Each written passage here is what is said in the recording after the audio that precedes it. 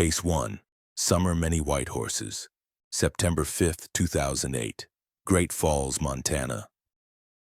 The impound lot sits quiet under the wide Montana sky, rows of seized vehicles baking in the late summer heat. A detective approaches a dusty sedan that's been sitting here since July, almost 6 weeks now. Keys in hand, routine check, standard procedure for an abandoned vehicle after a DUI arrest. Nothing unusual expected. He slides the key into the trunk lock and turns. The smell hits first, thick, suffocating, unmistakable. It punches through the air like a physical force.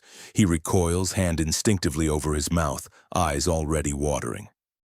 Then he sees the blanket, stained, dark, wrapped tight around something small, something that absolutely should not be there. He pulls back the fabric. Inside is the decomposed body of a child, a toddler. Tiny limbs curled in on themselves, skin mottled and discolored beyond recognition. Clothing still intact. The detective stumbles back, radio already halfway to his mouth, words catching in his throat. 2-year-old James ManyWhiteHorses. He'd been in there for months. This is one of 8 cases, 8 mothers, 8 sets of small hands that will never grow. 8 lives stolen not by strangers in the night, not by random acts of evil, but by the women who gave them life. Montana, big sky country, endless horizons, tight-knit communities, vast stretches of tribal land where everyone knows everyone, where neighbors wave from pickup trucks and small towns still feel like the safest places on earth. It's the last place you'd expect the unthinkable. But it happened here. Again and again. Some of these mothers used violence, fists, paddles, walls. Some used neglect, leaving toddlers to bake in locked cars for 14 hours or rot forgotten in car trunks. One opened the door of a speeding pickup truck on a dark reservation highway and threw her 3-year-old daughter onto the pavement at 50 miles an hour. These aren't stories from somewhere else. They're from Great Falls, Billings, Missoula, the Crow Reservation, Fort Peck, West Yellowstone, places where neighbors knew these families, where teachers saw these kids, where caseworkers had files and phone numbers, where someone somewhere had a chance to step in. The victims were autistic, disabled, nonverbal. Infants barely 3 months old. Toddlers who hadn't learned to walk yet. They died because of addiction, methamphetamine, alcohol, because of untreated mental illness spiraling into psychosis, because of isolation so complete that no one noticed when a child vanished, because of a system that saw red flags waving and still handed kids back. By the end of this, you'll understand how this keeps happening and why it's so hard to stop. Before we go further, where are you watching from? Drop your city or state in the comments. I'm genuinely curious who's here bearing witness to these stories. And if this type of deep dive true crime is what you're here for, the kind that doesn't look away, hit subscribe. We cover cases most channels won't touch. Real stories, real consequences, real kids who deserved better. Now let's go back to the beginning. Quick question. What time is it where you are right now? Late night dive down the true crime rabbit hole. Morning coffee and YouTube? Lunch break? Let me know below. James ManyWhiteHorses was 2 years old, autistic, nonverbal. He couldn't tell you if he was hungry or hurt or scared. He couldn't call for help. He couldn't say his own name. In the world of vulnerable children, kids who depend entirely on the adults around them for survival, James was among the most fragile. His mother, Summerlee ManyWhiteHorses, was in her early 30s and living a life defined by instability, substance use, chaotic relationships, addresses that changed with the seasons. She had a history that worried the people who loved James, aunts, uncles, grandparents woven into the fabric of their indigenous community. Family networks on the reservation are often the safety net when parents stumble, and James had been placed with relatives before. People had stepped in. People had tried. But in the spring of 2008, James was back with Summer. Maybe it was hope, maybe it was pressure, maybe someone believed she'd turned a corner. The details of how and why are lost to court files and closed-door meetings, but the outcome is carved in stone. James was returned to his mother's care. Family members exchanged quiet concerns. A few phone calls, whispered questions. Is he okay? Have you seen him? Summer's answers were vague, evasive, but no alarms were loud enough. No intervention came fast enough. No one knew it would be the last time they saw him alive. May 28, 2008. Summer would later tell investigators that James fell from a high chair that day. She said he hit his head. She said he stopped breathing the next morning, May 29th, while she slept. What she didn't say, at least not then, was what happened next. No call to 911, no frantic dash to the emergency room, no CPR, no neighbor pounding on the door asking for help, no scream, no panic. Instead, Summer Lee ManyWhiteHorses wrapped her son's small body in a blanket. She carried him out to her car, a modest sedan parked outside. She opened the trunk, and she placed him inside. Then she closed it, and for the next 3 months she drove. Great Falls, Browning, Missoula, back to Great Falls. Town to town across Montana, hundreds of miles, the car humming down 2-lane highways under that endless big sky. She stopped for gas. She ran errands. She visited friends. And in the trunk, inches behind the back seat, James decomposed. But Summer didn't just drive. She collected. Every month, a disability check arrived in James' name, federal funds meant to help care for a child with special needs. June, July, August. 6 checks in total. She cashed every single one, deposited the money, spent it. When family members asked where James was, she had answers. Smooth ones, practiced ones. He's with the state. He's in foster care. He's with other family right now. Different story depending on who asked.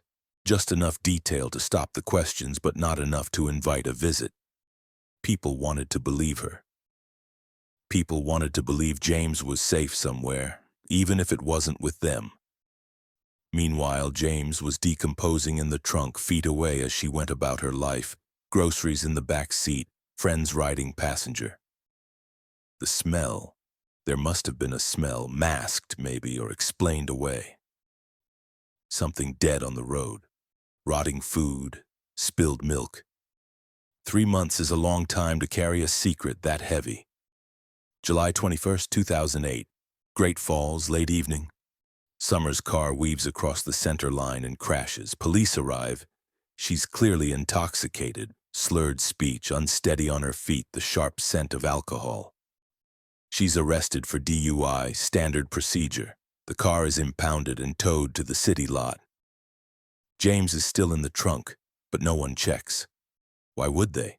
It's a DUI arrest. The car sits in the impound lot, baking under the July sun, then through August. Locked, undisturbed, routine. 6 more weeks pass. By early September, family members are no longer accepting Summer's excuses. The questions grow sharper. The worry turns to fear. Someone contacts authorities. Where is James ManyWhiteHorses?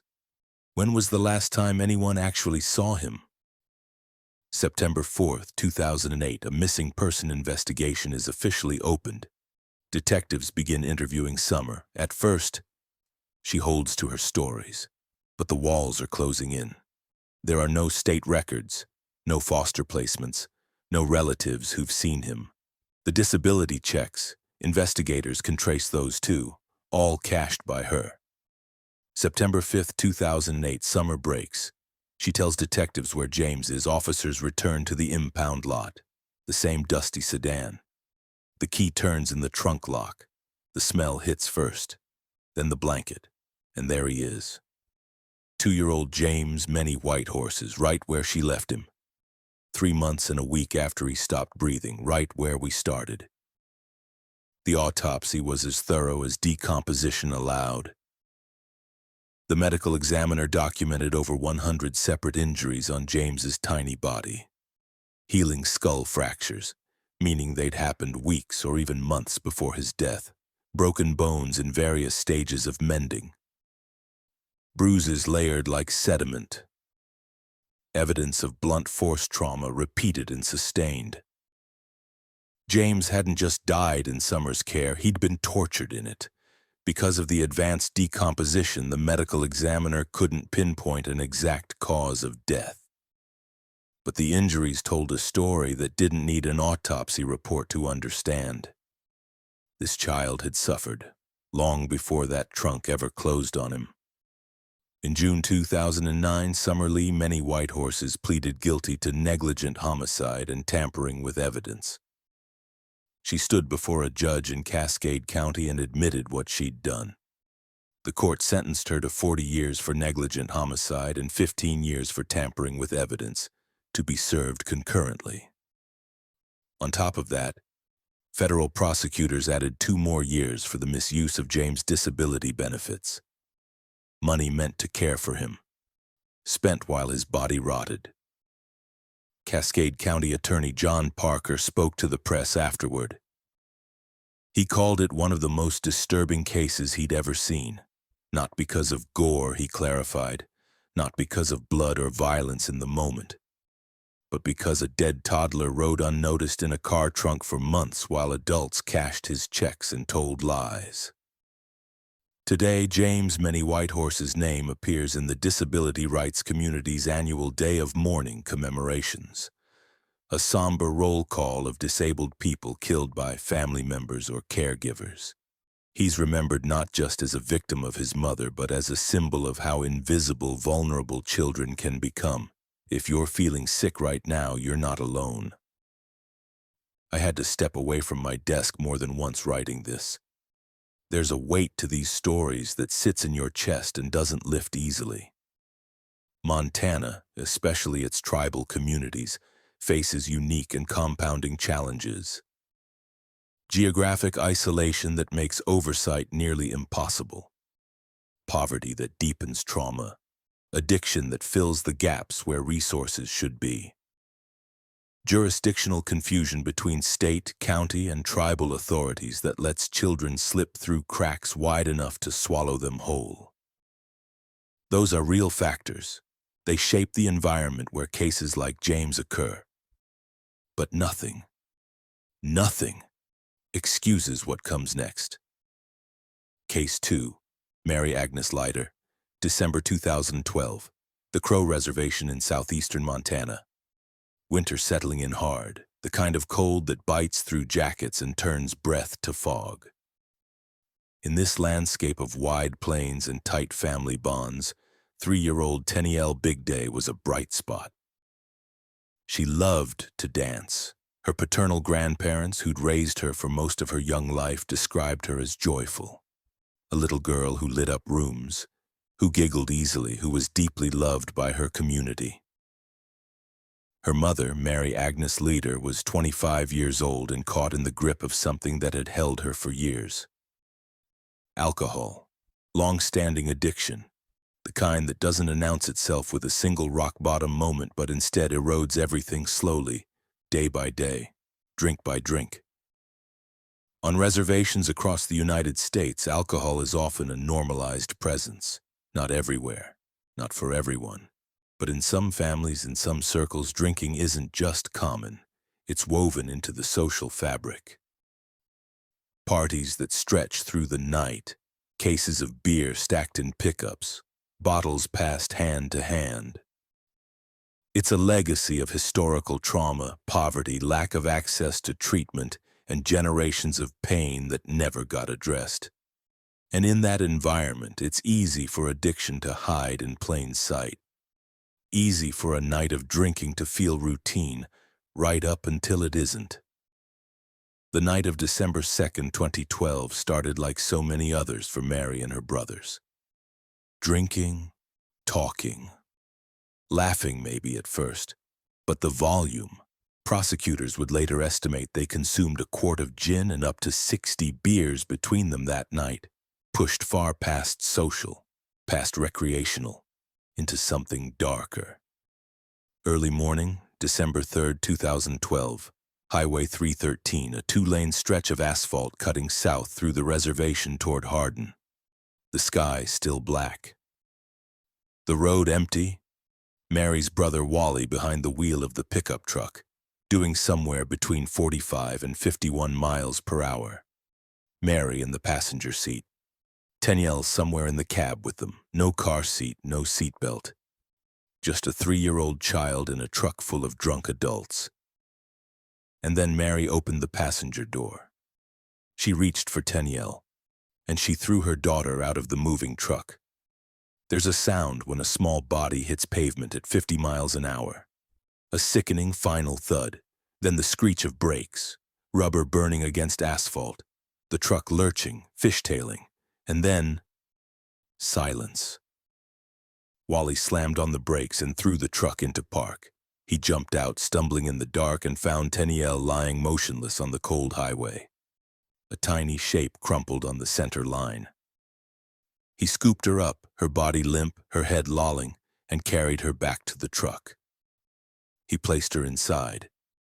And then they didn't call 911, they didn't flag down a passing car, didn't pound on the door of the nearest house, didn't scream for help. They kept driving. Panic maybe, confusion certainly, intoxication clouding every decision. But minutes passed, then more minutes. Tennielle wasn't moving, wasn't crying, wasn't breathing right if she was breathing at all. And still no call, no hospital, no help. The pickup rolled on through the dark. Eventually 911 calls did come, fragmented, frantic, barely coherent. When deputies arrived, they found Mary and another brother on the side of the road, distraught and visibly intoxicated. Mary was crying, talking in circles, her words slurred and contradictory. At first, the story was a hit and run. Someone else did this. A phantom driver who struck Tennielle and vanished into the night. Then it was an accident. She fell. She slipped. It wasn't anyone's fault. But her brothers, drunk as they were, eventually told the truth. Piece by piece, the story came out. What they saw, what Mary did, the open door, the child thrown into the night. The autopsy confirmed what everyone already knew in their bones. Tennielle Big Day died of fatal blunt head trauma, injuries entirely consistent with being thrown from a moving vehicle and striking pavement at high speed. Her small skull fractured on impact, her brain hemorrhaged. She never had a chance. Mary's blood alcohol level measured hours after the incident was 0.24, 3 times the legal limit for driving. At the time she threw her daughter from the truck, it was likely even higher. Because the crime occurred on the Crow Reservation, it fell under federal jurisdiction. The U.S. Attorney's Office took the case. In July 2013, Mary Agnes Leider stood in federal court and pleaded guilty to second-degree murder.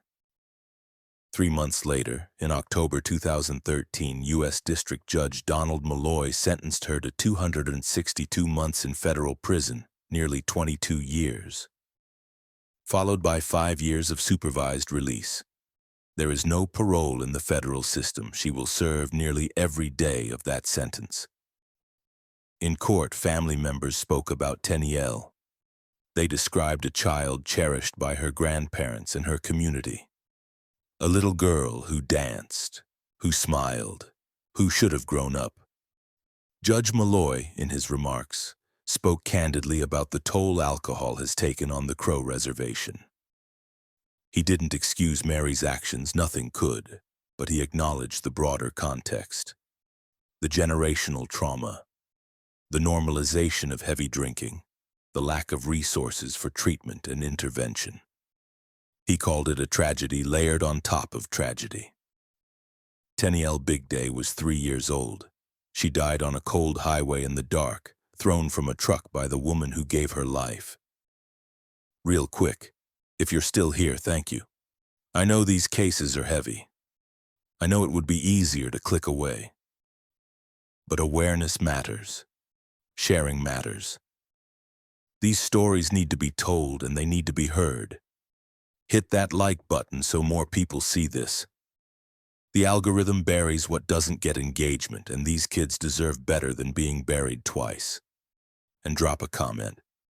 What's the weather like where you are today? Sunny? Raining? Snowing? Just curious who's watching from where. Case 3. Amanda Rose Steffen, Billings, Montana, 2012. A small, cramped apartment where the walls were too thin and the air too heavy. This is where Rosanna Fox spent the first and only 3 months of her life. Her mother, Amanda Rose Steffen, was 19 years old, barely out of high school, still a teenager herself, but already drowning in something much older and darker. Serious, untreated mental illness. The kind that warps perception, that makes the world feel hostile and overwhelming, that turns a crying infant into an unbearable threat. Living with Amanda was Jeffrey James Fox, 32, with a criminal history and a pattern of poor choices that had followed him for years. He was more than a decade older than Amanda, and he was Rosanna's father. The apartment was small. The walls thin enough that neighbors could hear everything, including presumably a baby crying. But no one intervened. Rosanna never had a chance. From the moment she was born, she was trapped in a home where the two people responsible for keeping her alive were the very ones who would destroy her. She couldn't crawl away, couldn't cry loud enough for the right person to hear, couldn't tell anyone what was happening behind that closed door. She was 3 months old when it ended, June 4th, 2012. Rosanna was brought into Billings Clinic unresponsive, limp in her mother's arms, not breathing right, skin pale, lips tinged blue. Medical staff immediately went to work, airway, breathing, circulation. But even as they fought to stabilize her, they saw the signs. Bruises, old ones and new ones, in places that don't bruise from normal infant accidents. A healing skull fracture, meaning it had happened days or weeks earlier and no one had brought her in. Dehydration, signs of severe neglect. Her tiny body told a story that her parents refused to speak aloud. Doctors asked questions. How did this happen? When did you notice she was unresponsive? Has she been injured before? Amanda and Jeff gave vague, contradictory answers. Deflections, denials, nothing that added up. The medical evidence screamed inflicted trauma, deliberate, repeated harm. But the blame was murky. Both parents were in the home. Both had access. Both were responsible. And neither was talking. Rosanna died at the hospital. Investigators opened a case. They interviewed the parents separately, together, multiple times. They documented the injuries. They knew this was homicide. But without a confession, without a clear timeline, without one parent pointing the finger at the other, the case stalled. Months passed. Then a year. Then nearly 2. The case went cold. Rosanna Fox became a file in a drawer. Another dead baby in a system that sees too many. Another unsolved tragedy. And then, in 2014, Amanda walked into a sheriff's office in California and told the truth. April 18, 2014, Sonoma County, California. More than 200 miles from Billings. Amanda Rose Steffen, now 21, walked into the sheriff's office on her own. No lawyer, no prompting, no arrest warrant forcing her hand. She sat down across from a detective and confessed, not in vague terms, not in careful language designed to minimize. She gave details, specific, horrifying, unprompted details that investigators in Montana had never made public. She told them it started when Rosanna was 2 weeks old. She slapped her, shook her when she cried. The baby's head snapping back and forth, her tiny neck unable to support the force. When Rosanna wouldn't stop crying, and infants cry, that's what they do, it's how they communicate. Amanda pressed down on her tongue, covered her mouth, anything to make the sound stop.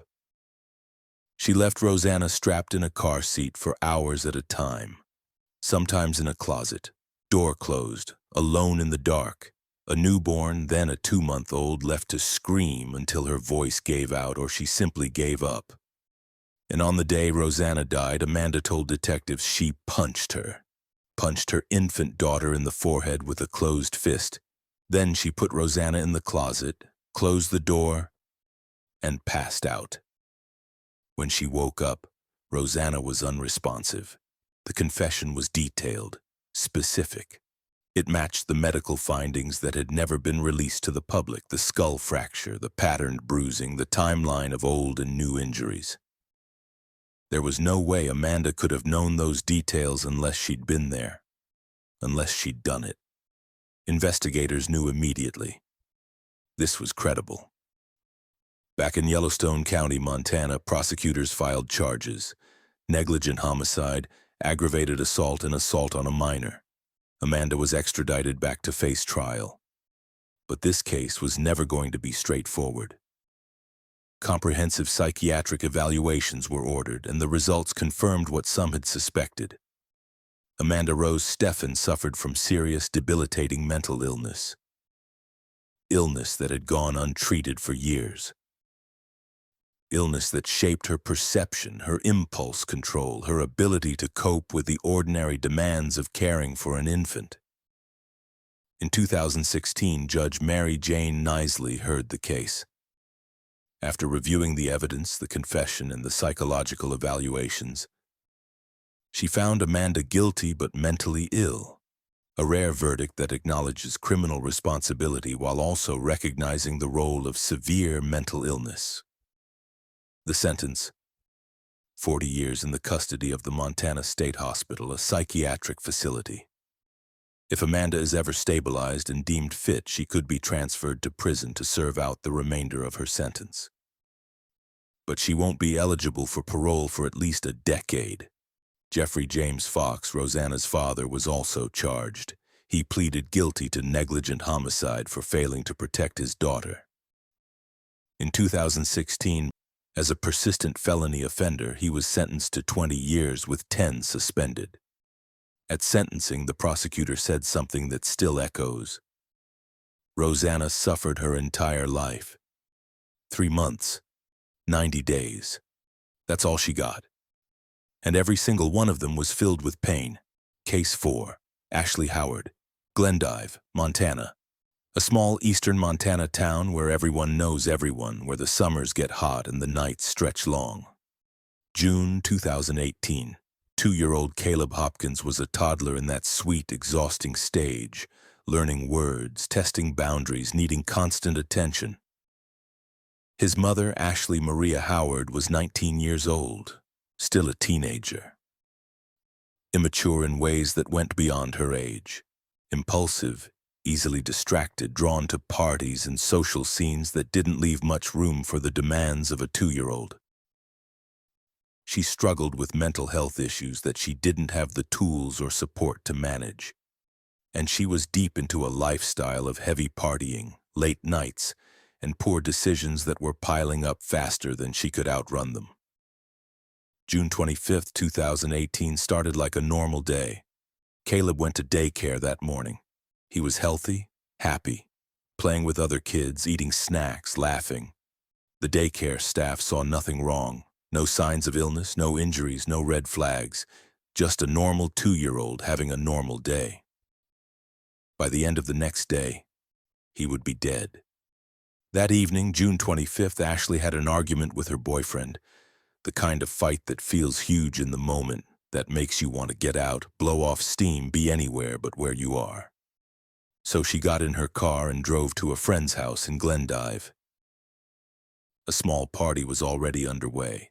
Music, drinking, people hanging out on the porch and in the living room. Witnesses later told investigators that Ashley arrived alone. No child visible. No toddler on her hip or holding her hand. No Caleb. But evidence would later show the truth. She left him in the car outside, strapped in his car seat, door closed, windows up, alone. And then she went inside. She drank. She socialized. She laughed with friends, scrolled her phone, maybe flirted, maybe vented about the boyfriend. The party rolled on. Hours passed. Outside, the temperature climbed. Eastern Montana in late June is unforgiving. Daytime highs in the 80s and 90s. And inside a closed car, those numbers don't just climb, they explode. Within an hour, the interior of a vehicle can reach 120 degrees or more. The air becomes thick, suffocating. A child's body temperature rises 3 to 5 times faster than an adult's. Ashley stayed through the night, drinking, talking, passing out on a couch maybe, or just losing track of time in the haze of alcohol and distraction. Nearly 14 hours passed. 14 hours. Inside the car, Caleb was dying, his small body overheating degree by degree, sweating until there was no moisture left, his heart racing, trying to cool him down, failing. Confusion, terror, crying until his voice gave out. And then, at some point, his little body simply shut down. He was 2 years old.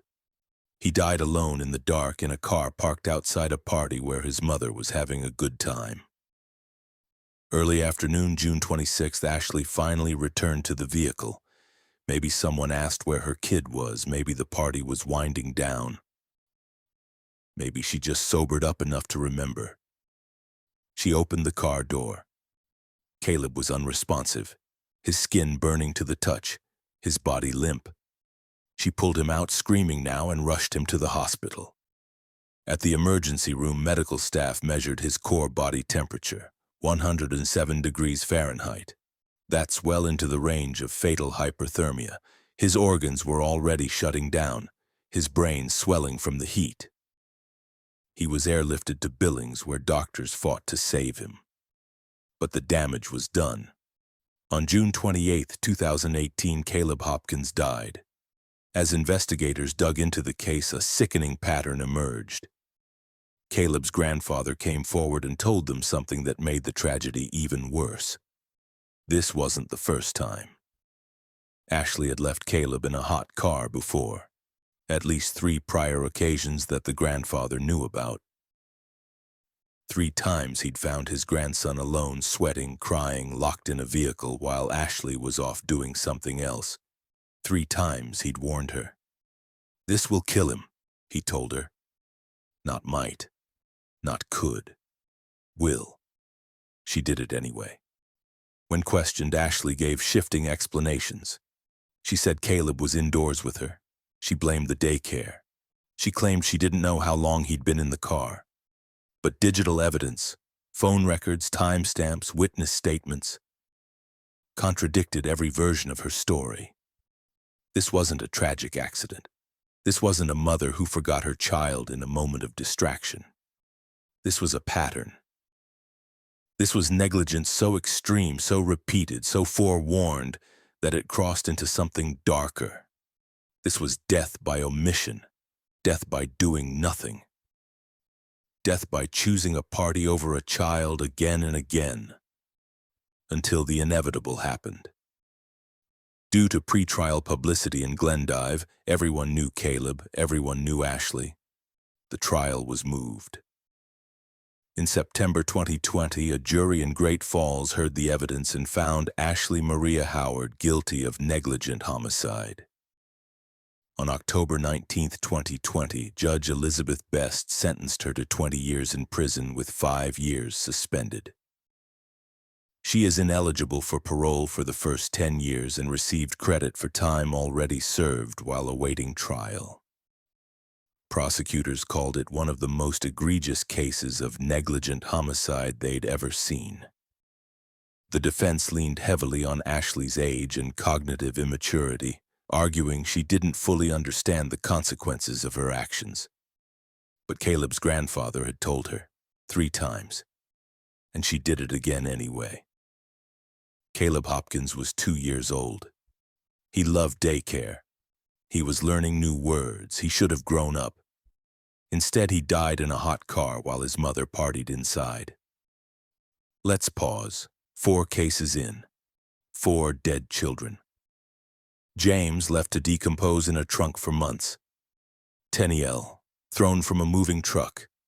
Rosanna beaten from the day she was born. Caleb left to bake in a car while his mother drank with friends. Some of you might be asking, how does this keep happening?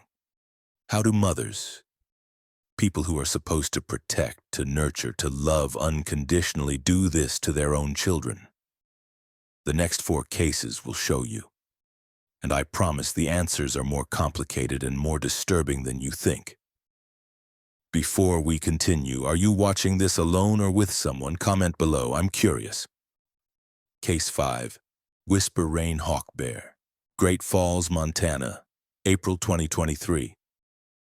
A small apartment in Rockcrest Commons, a low-income housing complex on the edge of town. Inside, 20-year-old Whisper Rayne Hawkbear was raising 2 children essentially alone. Ezekiel Contreras, just 2 months old, still in that fragile newborn stage where every cry means something urgent, and his 16-month-old sister, barely more than a baby herself, still learning to walk and talk. Their father was out of state. The reasons aren't entirely clear. Work, maybe, or distance that had grown for other reasons, but he wasn't there. And Whisper was struggling, isolated, overwhelmed, possibly using drugs according to concerns that were starting to reach the people who knew her. 20 years old, 2 babies, no partner in the home, no family support visible. The kind of pressure cooker situation that social services exist to identify and intervene in before something breaks. But intervention requires someone to act, someone to notice, someone to show up. And in this case, someone tried. April 19, 2023. The children's father, hundreds of miles away, made a phone call that should have saved their lives. He contacted authorities in Great Falls and expressed serious concern about Whisper's drug use and her ability to care for the kids. He wasn't vague. He wasn't hedging. He was worried enough to call the police from out of state and ask them to check on his children. A welfare check was requested. It did not occur. Maybe the call got lost in the shuffle. Maybe it was logged and assigned but never prioritized. Maybe an officer was dispatched but couldn't make contact and didn't follow up. The exact breakdown isn't fully public, but the outcome is no one knocked on Whisper's door. No one looked in on those babies. 2 days passed. 48 hours where someone could have intervened, could have seen the situation, could have removed those children from danger. And then, it was too late. Early morning, April 21st, 2023. The first 911 call came in sometime after midnight. Whisper's voice on the line, agitated, saying something about the children crying. Then she hung up. Dispatchers tried to call back. No answer. Hours passed. The kind of hours where the night is darkest and the mind spirals and exhaustion turns into something dangerous. Around 4:15 a.m., Whisper called 911 again. This time her words were clear enough to send every available unit racing toward Rockcrest Commons. She said something close to, "I think I killed my kids." Officers arrived within minutes. They pounded on the door of the small apartment, announced themselves, and pushed inside. The scene was chaos. Ezekiel was limp in Whisper's arms. Bleeding, unresponsive. His tiny 2-month-old body broken in ways that made the officers' stomachs turn. Nearby, his 16-month-old sister was crying, screaming really, her face swollen and bruised, blood on her clothes. Paramedics worked on Ezekiel immediately. Chest compressions on an infant are delicate, terrifying. But there was no pulse, no breath, no response. At 5:17 a.m., Ezekiel Contreras was pronounced dead. His sister was rushed to the hospital. She would survive, but her injuries were severe. Trauma to her head, her face, her small body battered in ways that would take weeks to heal physically and years, maybe a lifetime, to heal emotionally. Whisper was taken into custody. And in the hours that followed, sitting across from detectives in an interview room, she confessed. She told them she threw Ezekiel against the wall. His tiny newborn body, skull still soft, launched across the room and into drywall. She told them she hit him with a piece of a playpen, metal or hard plastic, something solid enough to break skin, to fracture bone. She told them she stepped on his head, put her weight down on a 2-month-old skull and pressed. She told them she slammed his 16-month-old sister into a mirror, shattering the glass and then into the wall. Multiple times, the toddler's head snapping back with each impact. When investigators processed the apartment, the evidence matched her confession exactly. Blood on the carpet, blood on the bedding, a shattered mirror with tiny handprints smeared in the glass. Impact marks on the walls, small round indentations the size of a baby's head. This wasn't a moment of lost control. This was sustained, repeated violence against 2 helpless children over the course of hours. Whisper Rayne Hawkbear was charged with deliberate homicide for Ezekiel's death and assault on a minor for the injuries to his sister. The case moved through the system slowly, as these cases do. Psychological evaluations, competency hearings, plea negotiations. In March 2025, Whisper pleaded guilty to deliberate homicide. In exchange, the assault charge against her for hurting the toddler was dismissed as part of the plea agreement. 3 months later, in June 2025, she stood before a judge in Cascade County for sentencing. Judge hands down 100 years in the Montana women's prison, no time suspended, no early release, effectively a life sentence. Cascade County officials called it one of the longest sentences for child homicide in recent Montana history. The courtroom was packed, family members, advocates, reporters. Whisper showed little emotion. Some described her as detached, numb, gone. Ezekiel Contreras was 2 months old. He never got to smile at his mother, never got to roll over or reach for a toy or experience anything in this world except pain. And the haunting question that hangs over this case like smoke: what if that welfare check had happened? What if on April 19th, when the father called and begged someone to check on his kids, an officer had knocked on that door?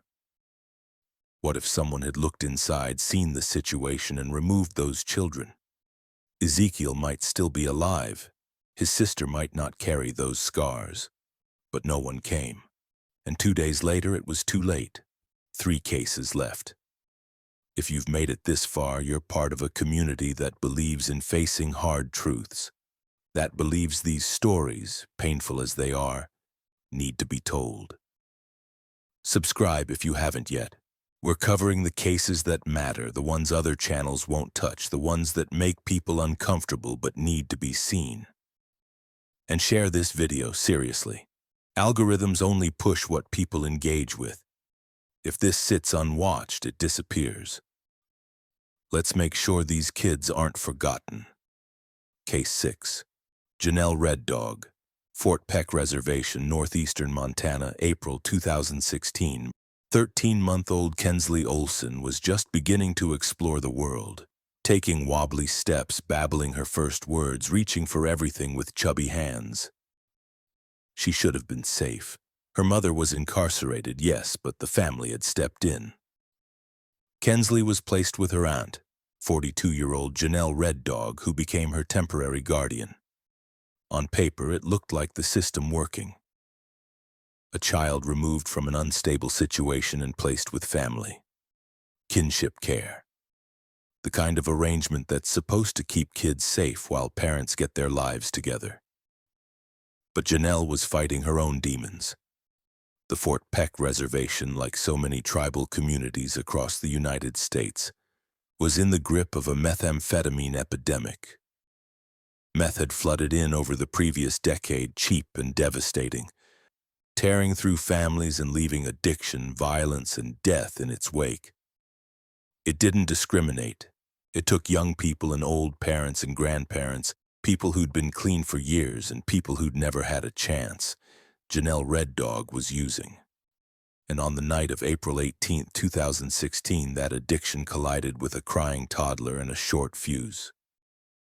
Night of April 18th into the early hours of April 19th. Kenzley was fussy, maybe teething, maybe a bad dream, maybe just the normal restlessness of a 13-month-old who doesn't understand why she feels uncomfortable. She cried, she fussed, she wouldn't settle, and Janelle, exhausted or high or both, snapped. She struck Kenzley in the head. Once, then again. 2 blows, hard enough to stop the crying, hard enough to stop everything. The toddler went limp, unresponsive. Her small body suddenly terrifyingly still. This was the moment where a person calls 911, where you scream for help, where you do anything, everything to try to save the child in your arms. Janelle did not call for help. Instead, she used methamphetamine.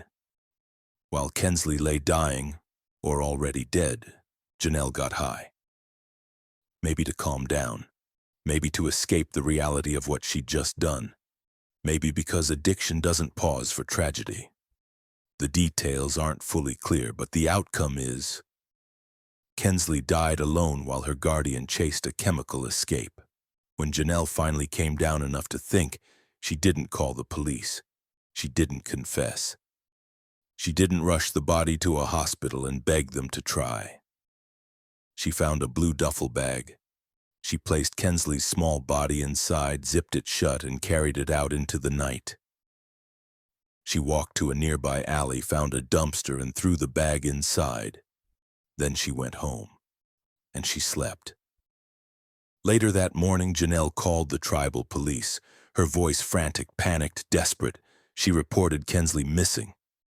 She said she didn't know where the toddler was. She said she'd looked everywhere. She begged them to help find her. Within hours, an Amber Alert went out across Montana and into North Dakota. Kenzley Olson, 13 months old, missing from the Fort Peck Reservation. Possible abduction. The alert hit every phone, every radio station, every news outlet. Communities mobilized. Volunteers organized search parties. People checked their yards, their sheds, their vehicles. The fear was immediate and visceral. A stranger had taken a baby. Parents across the region held their children a little tighter that night. But as investigators questioned Janelle, the story started to crack. Inconsistencies, details that didn't line up, timelines that shifted every time she retold them. She was nervous, evasive. Her hands shook. Hours of interrogation, pressure building. And finally, Janelle broke down. She told them the truth. She told them what she'd done, and she told them where Kenzley was. Officers went to the alley. They opened the dumpster. And there, inside a blue duffel bag, exactly where Janelle said it would be, they found the body of 13-month-old Kenzley Olson. The community reeled. The Amber Alert was canceled. The search parties were called off. The stranger abduction that had terrified an entire region never existed. The danger had been in the home all along. Because the crime occurred on the Fort Peck Reservation, it fell under federal jurisdiction. The U.S. Attorney's Office took over the case. The autopsy revealed blunt force trauma to Kenzley's head, the fatal injuries from the night Janelle struck her. But it also revealed something worse.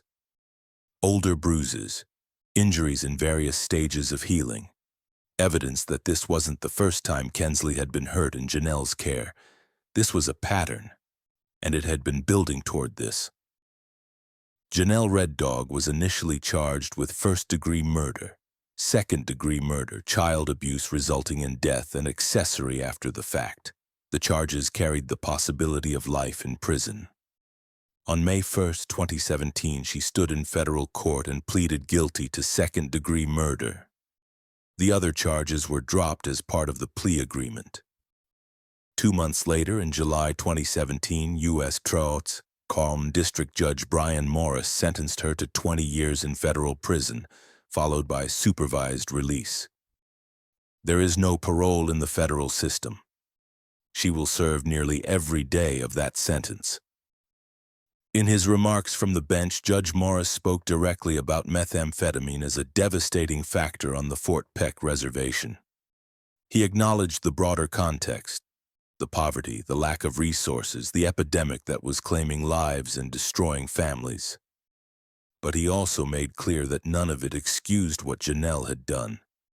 Kenzley Olson was 13 months old. She was learning to walk. She was starting to say words. She trusted the woman who was supposed to protect her. And that woman killed her, threw her in a dumpster, and then lied to the world. Case 7, Leannah Jean Gardipe, Missoula, Montana, 2021. A college town nestled in a valley known for its university, its rivers, its progressive politics, and tight community feel. The kind of place where people move for quality of life, where families raise kids and feel safe. But safety is an illusion when the danger lives inside your own mind. Leannah Jean Gardipe was 34 years old and the mother of 2 young children, 5-year-old Namaus Sandberg and 3-year-old Evelyn Sandberg. To anyone watching from the outside, she was a mom doing her best, but inside, Leannah was unraveling. She had a long-standing history of serious mental illness, the kind that requires medication, therapy, and close monitoring to manage. The kind that, when left untreated or undertreated, can warp reality into something unrecognizable. In late 2020, Leannah experienced a severe mental health breakdown. She sought help, and that's important.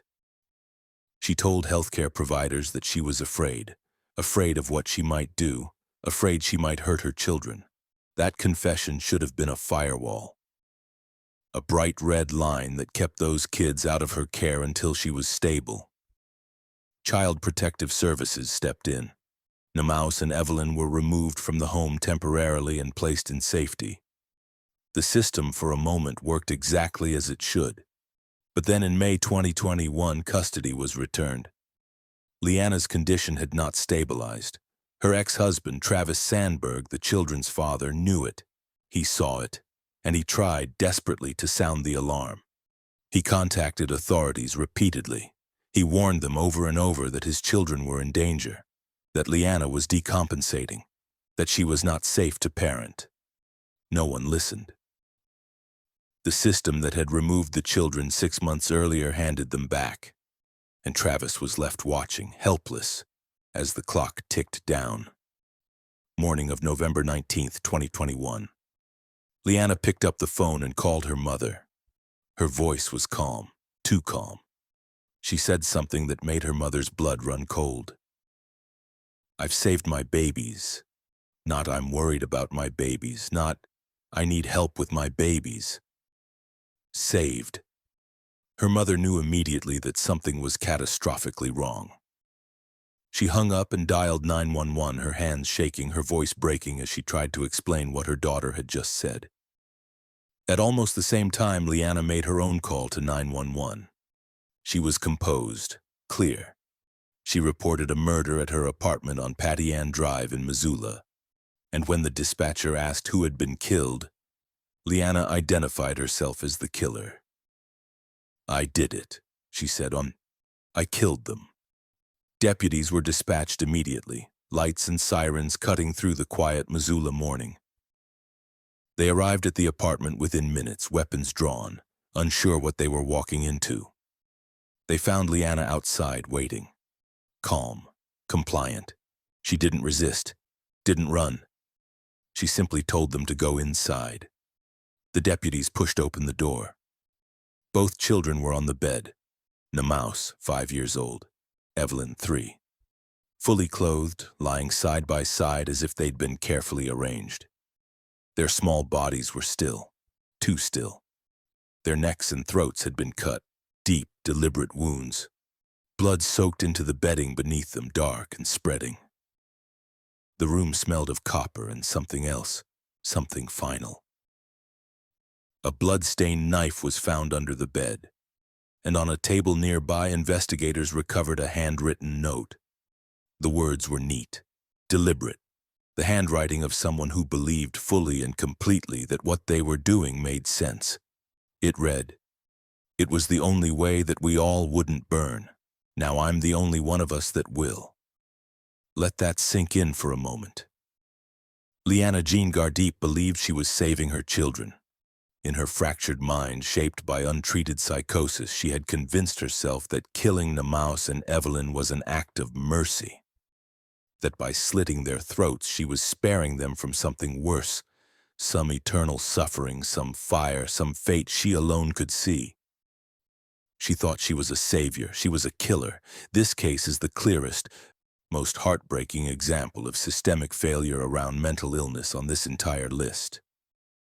Leannah told providers she feared she would hurt her children. CPS removed them. The system knew she was dangerous, and then the system gave them back. Travis Sandberg, the father, did everything right. He didn't stay silent. He didn't hope for the best. He called. He reported. He warned authorities again and again that his children were in danger. He pleaded for someone to step in. No one did. There are 1,000 reasons why. Overburdened caseworkers, legal standards that prioritize reunification, a mental health system that's underfunded and overwhelmed, privacy laws that make it hard to share information, a father without custody fighting an uphill battle to be heard. But none of those reasons brought Namaus and Evelyn back. The system returned 2 small children to a mother who was actively decompensating, and within 6 months, they were dead, killed by the person who was supposed to love them most, killed because she was sick and no one stopped her. Leannah Jean Gardipe was charged with 2 counts of deliberate homicide. Initially, she entered a not guilty plea. The case moved slowly through the system as multiple mental health evaluations were conducted. Psychiatrists assessed her competency to stand trial, her state of mind at the time of the killings, her ability to understand the charges against her. The evaluations confirmed what everyone already knew. Leannah was severely mentally ill. She had been for years. On August 29, 2023, nearly 2 years after she killed her children, Leannah changed her plea to guilty. 3 months later, on November 20th, 2023, exactly 2 years and 1 day after Namaus and Evelyn died, she stood before a judge in Missoula for sentencing. The judge handed down 2 consecutive life terms, but this was not a prison sentence. Leannah was committed to the custody of the Montana Department of Public Health and Human Services. She will spend the rest of her life in a psychiatric facility, not a standard prison. Lifelong confinement. No possibility of release. In court, Travis Sandberg addressed the judge. His voice was steady, but the pain was unmistakable. "I pleaded over and over that my children were in danger," he said. "I told them, I warned them, and no one listened. Namaus was 5, Evelyn was 3. They should be in elementary school now, learning to read, playing at recess, fighting over toys, growing up. Instead, they're gone.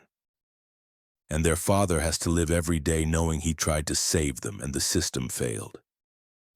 Case 8. Patricia Batts, West Yellowstone, Montana, 2020. A tiny town on the edge of Yellowstone National Park, population barely over 1,300. Tourist season brings crowds, but in the off-season it's quiet, isolated. The kind of place where people know their neighbors, or think they do. James Alexander Hurley, everyone called him Alex, was 12 years old. He should have been in middle school navigating friendships and homework and all the awkward, ordinary struggles of being 12. But Alex's life had been anything but ordinary. In 2018, his father died. The loss was devastating, and in the aftermath, the decision was made to send Alex to live with his paternal grandparents in West Yellowstone. The hope was stability, a fresh start, a safe place to grieve and grow. The household he moved into was chaotic. His grandmother, Patricia Batts, was the matriarch, controlling, volatile, and deeply dysfunctional. His grandfather, James Sasser Jr., was present but passive, unwilling or unable to stand up to Patricia. Also living in the home was Alex's teenage uncle, James Sasser III. a boy barely older than Alex himself, but already shaped by the same toxic environment. Other children cycled in and out. A family friend stayed for stretches. The house was crowded, tense, and unstable. But from the outside, it looked like family taking care of family. Then in September 2019, Patricia pulled Alex out of school. The reason given was homeschooling. Montana, like many states, has minimal oversight of homeschool families. No mandatory check-ins, no standardized testing requirements. No home visits. Once a child is withdrawn from public school and registered as homeschooled, they essentially disappear from the system. And that's exactly what happened to Alex. The moment he left school, he lost access to teachers who might notice bruises, counselors who might ask questions, coaches, cafeteria workers, bus drivers, any adult outside the home who could see him regularly and sound an alarm. He was 12 years old and he was invisible.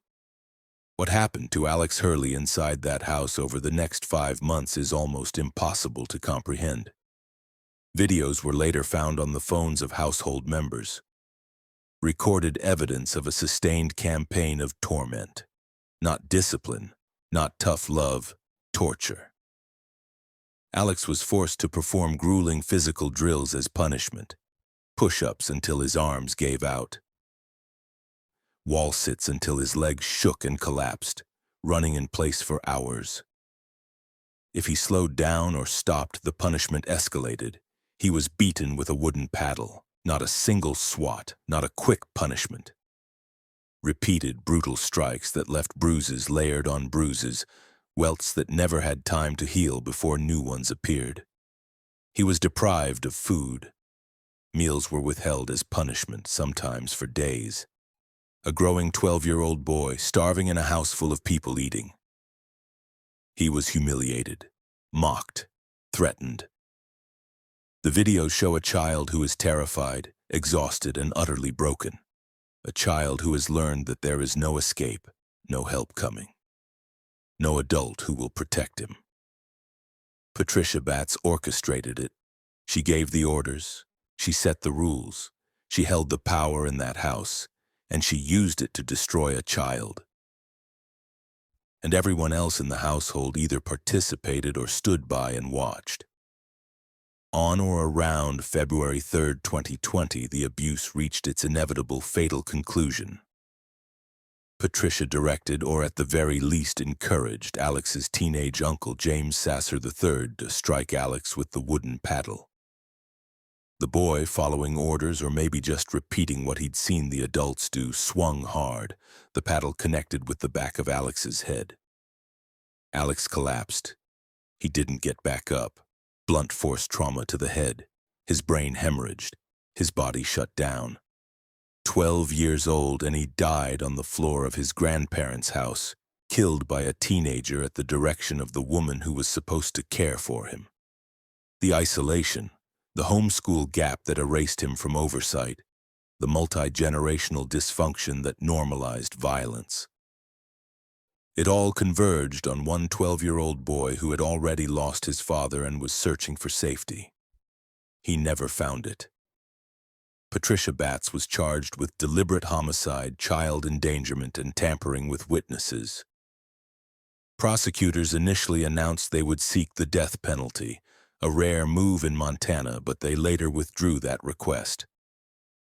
The case moved slowly. Evidence was overwhelming. The videos alone were damning. Witnesses from inside the household began cooperating, and the full scope of what had been done to Alex came into horrifying focus. In May 2023, Patricia Batts pleaded guilty. 3 months later, in August 2023, she was sentenced to life in prison without the possibility of parole. She will die behind bars. James Sasser Jr., Alex's grandfather, also pleaded guilty to deliberate homicide, child endangerment, and tampering with evidence. He received a sentence of 100 years in prison. He stood by, he watched, he did nothing, and the court held him accountable. James Sasser III, the teenage uncle who delivered the fatal blow, was prosecuted in juvenile court. He pleaded guilty to deliberate homicide.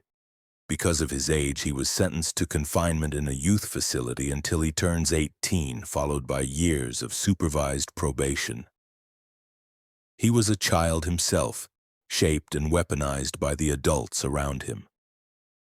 Other members of the household, other children, the family friend, received lesser sentences or probation for their roles.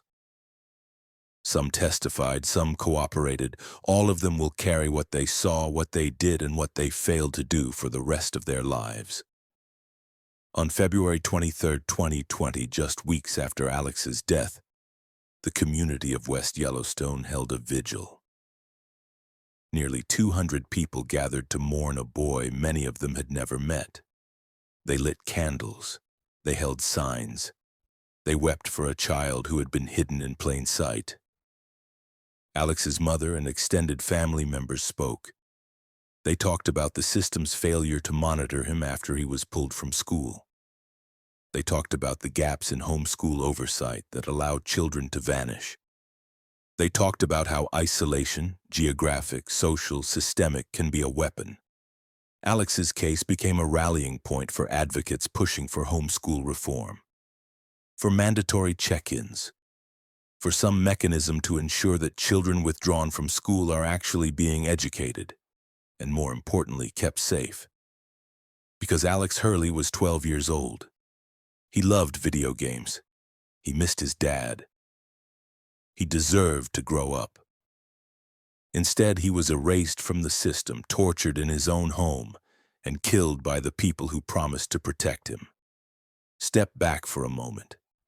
8 cases, 8 mothers, 9 dead children. What do they all share? Substance abuse runs through these stories like a poison thread. Methamphetamine on the reservations, alcohol consumed in staggering quantities, drugs used while children lay dying. Untreated or severely undertreated mental illness, from Amanda's undiagnosed conditions to Leannah's psychotic break that everyone saw coming.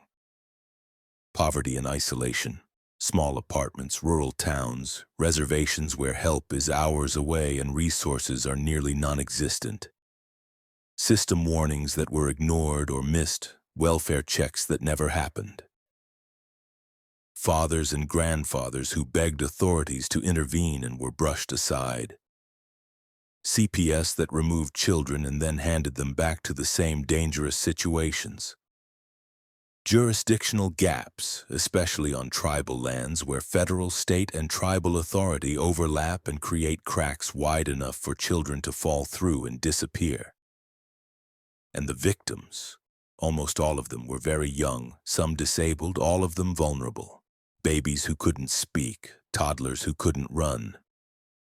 A 12-year-old boy erased from the system. Montana's unique challenges amplify all of this. Vast geography that makes oversight nearly impossible, limited resources stretched too thin, and the jurisdictional complexity of tribal lands. But let's be clear. This isn't just a Montana problem, it's an American problem. These same patterns play out in every state, every community, every day. Let's say their names one more time. James ManyWhiteHorses, 2 years old. Autistic, nonverbal, left to decompose in a trunk while his mother cashed his disability checks. Tennielle Big Day, 3 years old. Thrown from a moving truck on a dark reservation highway by her intoxicated mother. Rosanna Fox, 3 months old. Beaten from the day she was 2 weeks old, punched in the head, left to die in a closet. Caleb Hopkins, 2 years old. Left in a hot car for 14 hours while his mother partied, despite his grandfather's repeated warnings. Ezekiel Contreras, 2 months old. Thrown against walls, stepped on, killed 2 days after his father begged authorities to check on him. Kenzley Olson, 13 months old. Struck in the head by her meth-addicted aunt. Thrown in a dumpster and reported missing to cover the crime. Namaus Sandberg, 5 years old, and Evelyn Sandberg, 3 years old. Killed by their mentally ill mother who believed she was saving them from hell. James Alex Hurley, 12 years old. tortured for months by his grandmother's household, erased from the system when he was pulled from school, beaten to death with a paddle. These aren't statistics. They aren't case numbers. They were children. They had names, faces, personalities. Some of their names now appear in disability rights memorials and advocacy movements. Their deaths demand that we do better. We owe them that much. If you made it to the end, thank you for bearing witness. I know how hard these stories are to hear. But these stories matter. These kids mattered. Subscribe to this channel if you want more deep, researched true crime that doesn't sugarcoat the reality. We cover the cases that need to be told even when they're uncomfortable. Hit the bell so you don't miss the next one. And please, comment below. What can we do as a society to prevent cases like these? What needs to change? I read every single comment and I want to hear from you. Share this video seriously. Let's make sure the algorithm doesn't bury it. These children's stories deserve to be seen. We opened with an image that's hard to forget. September 5th, 2008. A detective in a Great Falls impound lot, opening a trunk, finding the decomposed body of 2-year-old James ManyWhiteHorses. We're closing with the same question we started with. How do we stop this from happening again? Early intervention, properly funded mental health services, accessible substance abuse treatment. CPS reform that doesn't just remove kids temporarily and then return them to danger. Homeschool oversight so children can't be erased from the system. Tribal resource support that closes jurisdictional gaps and brings help where it's needed most. These aren't impossible solutions, they're choices we make as a society about what we prioritize and who we protect. Until next time, stay safe, hug your loved ones, and never stop asking the hard questions. This is Beneath the Silence.